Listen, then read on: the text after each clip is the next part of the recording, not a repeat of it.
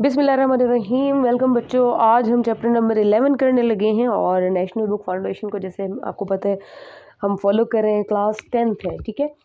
Class 10th के बारे में हम ये सारे डिस्कशन करेंगे। तो चलिए स्टार्ट करते हैं हम अपने पहले क्वेश्चन से।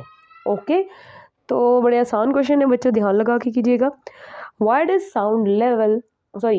does sound travel faster in solid than liquids and gases? ठीक है बच्चों, बात समझ आ रही है कि साउंड जो है वो ट्रेवल करती है कहाँ पे, तेज ट्रेवल करती है सॉलिड्स में as compare to the liquid. मतलब लिक्विड में आहिस्ता ट्रेवल करती है और सॉलिड्स में तेज ट्रेवल करती है। ऐसा क्यों है हम देखते हैं। Sound travel faster in solid then liquids and gases. उसके रीज़न कुछ इस तरह से है कि देखें, आप मुझे बताएं साउंड कौन सी वेव है। Sound is a mechanical wave, है ना। मैकेनिकल वेव वो वेव होती है जिसको मीडियम की ज़रूरत होती है। So sound needs some medium to travel. वो मीडियम सॉलिड भी हो सकता है, वो लिक्विड भी हो सकता है, वो गैसेज भी हो सकती हैं। तो ये तीन मीडियम है साउंड को ट्रेवल करने के लिए। अगर यहाँ कहीं पे ये तीनों मीडियम नहीं होंगे तो साउंड भी ट्रेवल नहीं करेगी। तो मैकेनिकल वेव है और ट्रेवल करती है लिक्विड्स में स्लो और गैसेस में भी स्लो, लेकिन सॉलिड में तेज ट्रेवल करती है। क्यों? क्योंकि बेटा साउंड जो है, अगर हम इसको कुछ इस तरह से वो बना लें कि ये हमारे सॉलिड्स हैं, होपफुली आपको नज़र आ रहा होगा, ये हमारे सॉलिड्स हैं जिसके अंदर एटम जो है बड़े बड़े करीब पड़े हुए। और अगर हम लें ये लिक्विड, तो लिक्विड में थोड़े पार्टिकल्स दूर हो जाते हैं।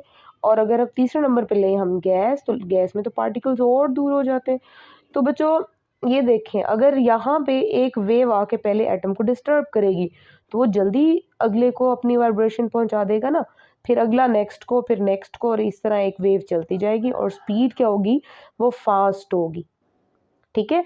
लेकिन अगर आप लिक्विड की बात करें, लिक्विड के अंदर ये गैप है, तो ये जब वहाँ यहाँ इसको पहले एटम को वाइब्रेशन मिली तो उसको दूसरे की तरफ जाते हुए कुछ टाइम लगेगा, तो ये प्रोसीजर स्लो हो जाएगा। तो यहाँ पे क्या होगी, स्पीड ऑफ साउंड स्लो होगी। लेकिन गैस में अगर देखें तो गैस में तो सबसे ज़्यादा स्लो होगी, because the distance between the atoms और the particles are very high. Distance ज़्यादा है तो इसीलिए क्या होगा, स्पीड कम होगी। अब जरा इसको पढ़ लेते हैं, होपफुली आपको ये बातें समझ आ गई होंगी। सॉलिड में जल्दी क्यों ट्रैवल करते हैं, क्योंकि सॉलिड साथ साथ उसके एटम्स पड़े होते हैं, और इसमें लिक्विड्स में थोड़ा गैप होता है पार्टिकल्स, इसलिए वो थोड़ा स्लो हो जाता है, और गैस में तो सबसे ज़्यादा स्लो होता है।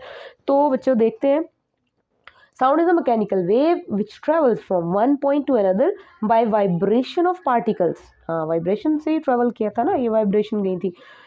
इन solid particles are very close to each other, then when sound transferred to solid particles vibrate and strike next particle and transfer sound very quickly. Strike and transfer to next particle. This sound wave transfer to the next particle very quickly, while in the liquid and the gases particles are not very close to each other. तो ये reason है। दूसरी reason बच्चों ये है, ये हम next उस पर डिस्कस कर लेते हैं। हाँ जी, ये है कि आपके पास एक रेशो होती है, ये सेकंड रीज़न है। सेकंड रीज़न क्या है कि आपके पास रेशो होती है V is equals to √E/P। अब E/P क्या है, ये एक इलास्टिसिटी टू डेंसिटी रेशियो होती है। Speed of sound is directly proportional to ratio of elasticity to density, ठीक है। तो अगर किसी ऑब्जेक्ट की ये रेशियो ज़्यादा होगी, मीन्स E/P, E/ρ, ये डेंसिटी अगर मैक्स होगी तो उसकी स्पीड भी मैक्सिमम होगी। तो सॉलिड में ये रेशो ज़्यादा होती है, so that's why speed of sound भी सॉलिड में क्या होगी, ज़्यादा होगी। ठीक हो गया, तो हमारा पहला क्वेश्चन हुआ ख़त्म। चलिए जी दूसरे क्वेश्चन की तरफ आते हैं। Why are we able to distinguish between two sounds having same loudness. अच्छा जी, आप डिस्टिंग्विश कैसे कर सकते हैं, दो साउंड्स हैं और दोनों की लाउडनेस एक जैसी है, ठीक है। दो साउंड्स हैं और दोनों की लाउडनेस क्या है, एक जैसी। आप उसको कैसे डिस्टिंग्विश कर सकते हो। अच्छा जी, आपको पहले डेफिनेशन आना चाहिए कि जो लाउडनेस है, इसको थोड़ा रीड कर लेते हैं फिर हम देखते हैं। We are able to distinguish between two sounds of same loudness because of their different pitch and quality. आपको पिच और क्वालिटी का पता होना चाहिए, तब आप एक जैसी दो आवाज़ों के दरमियान फ़र्क कर सकते हैं। मैं रिपीट कर देती हूँ कि अगर बच्चों आपको दो एक ही लाउडनेस की आवाज़ों के दरमियान डिस्टिंग्विश करना है, फ़र्क करना है, तो आपको उसकी पिच और क्वालिटी का पता होना चाहिए। अब पिच क्या है, ये आपकी बुक आप खोल लें, वहाँ से देख लें, या फिर मैं बताती हूँ, यहाँ से देखें। पिच होता है एक ग्रेव और श्रिल साउंड के दरमियान फ़र्क, ठीक है। श्रिल और ग्रेव साउंड के दरमियान जो फ़र्क होता है ना, उसको हम क्या कहते हैं, पिच कहते हैं। अब यहाँ पे अगर हम देखें कि जो ग्रेव है उसका क्या मतलब है, ग्रेव का मतलब होता है भारी। जैसे कि अगर मैं बोलूँ एक लेट्स से लड़की है, उसकी आवाज़ की पिच ज़्यादा होती है, वो श्रिल है, ठीक है, उसकी आवाज़ जो है वो श्रिल होती है ना। और ग्रेव क्या होती है, जिसकी पिच लो हो। फॉर एग्जांपल अगर एक लड़की चीख मारे तो वो बहुत ही ज़्यादा श्रिल उसकी साउंड, उसकी चीख की आवाज़ होगी। और अगर एक लड़का जो है वो बोले या उसकी चीख की आवाज़ उतनी ज़्यादा श्रिल नहीं होगी, वो ग्रेव होगी। जैसे कि हाउ आर यू, ये ग्रेव साउंड है। और अगर श्रिल की बात करें, हाउ आर यू, ये एक श्रिल जो है साउंड है। तो इन दोनों के दरमियान तो आप इजीली फ़र्क कर सकते हो। ये हो गया पिच।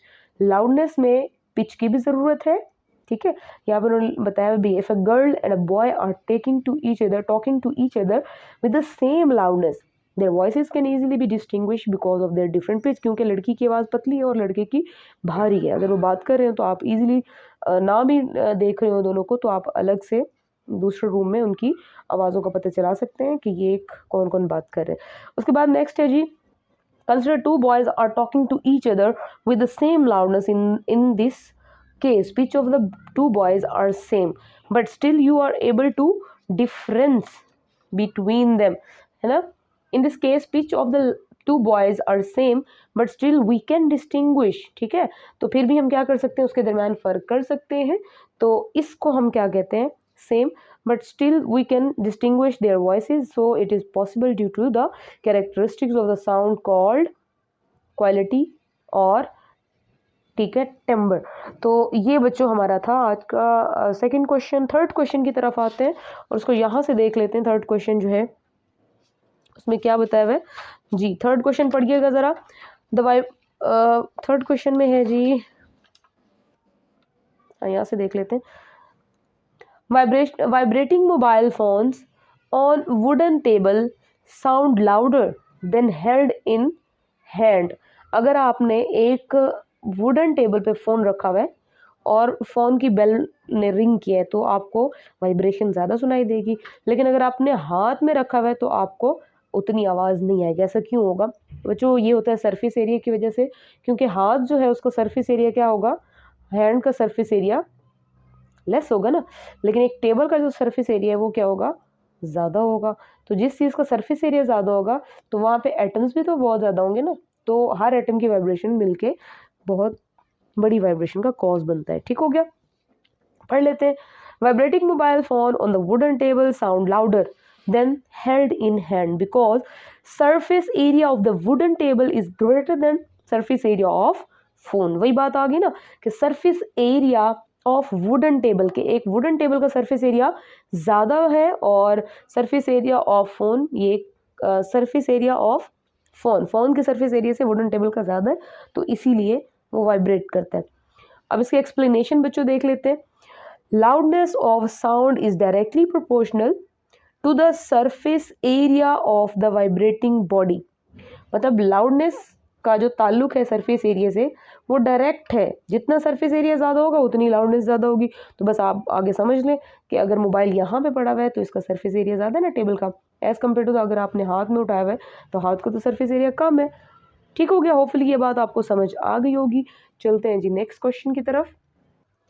जी बच्चों, तो नेक्स्ट क्वेश्चन की तरफ हम आ गए हैं कि ये है कि अगर एक बैट्समैन है वो स्ट्राइक करता है बॉल को, स्ट्राइक मतलब ये एक बैट्समैन है, जैसे शायद अफरीदी कंसिडर कर ले, और अफरीदी क्या करता है, बॉल को करता है हिट अपने बैट के साथ। ठीक है, जब हिट करता है बॉल को तो आप जब टीवी देख रहे होते हैं तो आपकी बॉल को हिट करते हुए बॉल हमें जो है बाद में, बॉल पहले भागती हुई नज़र आ रही होती है कि उसकी स्पीड ज़्यादा है, लेकिन आवाज़ हमें बाद में सुनाई देती है। ये जो स्ट्राइक करती है ना बैट के साथ बॉल, ये आवाज़ बाद में सुनाई देती है, लेकिन बॉल जो है टकराते हुए पहले नज़र आती है। ऐसा क्यों होता है? ऐसा बच्चों इसलिए होता है थोड़ा पहले क्वेश्चन पढ़ लेते हैं। Batsman strikes the ball but we hear stroke sound slightly later. थोड़ा सा देर से सुनाई देता है, ये जो टकराने की आवाज़ है ना, बैट से बॉल की टकराने की आवाज़ थोड़ी सी स्लाइटली लेटर सुनाई देती है। क्यों? Explain this time difference. Actually होता ये है कि we hear the sound of stroke slightly later than we see the shot because speed of sound is very much less than speed of light. अब बच्चों देखो, आपकी जो आंखें हैं वो क्या करती हैं, आपकी आईज वो लाइट से वो देखती हैं, तो स्पीड ऑफ लाइट क्या होती है, ज़्यादा होती है ना। तो इतना आसान तो है, स्पीड ऑफ लाइट ज़्यादा होने की वजह से आप जल्दी इसको देख जल्दी लेते हो, लेकिन साउंड जो है वो लिटिल बिट लेटर आती है। इसकी एग्जांपल आप कुछ ऐसे ले लें कि अगर हमारे पास ना क्लाउड्स हैं, ठीक है, और क्लाउड्स क्या करते हैं, बर्स्ट करते हैं, तो आपको जो थंडर की साउंड है वो बाद में सुनाई देती है, लेकिन वो जो लाइटनिंग है ना वो पहले नज़र आ जाती है। ऐसा क्यों होता है? ऐसा इसलिए होता है कि लाइट की स्पीड ज़्यादा है, वो पहले पहुंच जाती है, और स्पीड ऑफ साउंड क्या है, वो थोड़ी स्लो है, तो वो फिर बाद में ही सुनाई देती है। इसी तरह ये हमें बाल जो है वो भागते हुए बैट से टकराने के बाद भागते हुए ज़्यादा पहले नज़र आ जाती है, और हल्के से मतलब एक हाफ सेकंड के बाद हमें, हाफ सेकंड से भी बहुत छोटा बनता है ये टाइम डिफरेंस, तो उसमें हमें ये सुनाई दे जाता है। ठीक है, अब इसको एक बार मैं रीड कर देती हूँ, बात तो आपको समझ आ गई होगी, नहीं आई तो फिर एक बार दोबारा आप इसको रीड कर लें, समझ आ जाएगी।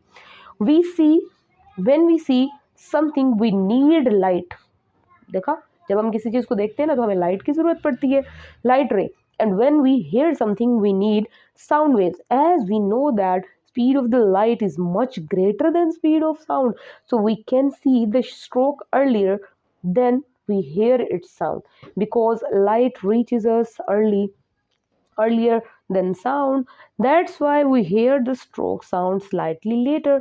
जी बच्चों, तो होपफुली आपको ये तो बहुत ही अच्छा समझ आ गया होगा, स्पेशली उन बच्चों का जो क्रिकेट के दीवाने हैं। तो नेक्स्ट टाइम जो है आप अपनी फैमिली को भी ये बता सकते हैं कि ऐसा क्यों हो रहा है, आवाज़ बाद में सुनाई क्यों दे रही है। ठीक है, नेक्स्ट क्वेश्चन की तरफ चलते हैं। जी बच्चों, तो आ गए हम नेक्स्ट क्वेश्चन की तरफ। नेक्स्ट क्वेश्चन में उन्होंने क्या बताया हुआ है, ये क्वेश्चन नंबर है और इसके दो पार्ट्स हैं, ए एंड बी। ये 9 नहीं है, ये ए एंड बी है, तो ए और बी दो अलग अलग पार्ट है। ये ना कुछ कॉन्सर्ट की बात उन्होंने की हुई है कि अगर सिंगर हो दो, आप गए हुए हो उस कॉन्सर्ट पे और सिंगर जो है वो इकट्ठे ही गा रहे हो, एक ही आवाज़ के साथ गा रहे हो, तो जाहिर ही बात है उनकी आवाज़ क्या होगी, उसकी साउंड जो है वो इंक्रीज़ हो जाएगी, इंटेंसिटी बढ़ जाएगी, ऊंची आवाज़ सुनाई देगी। तो यहाँ पे उसी चीज़ के बारे में पूछा हुआ है।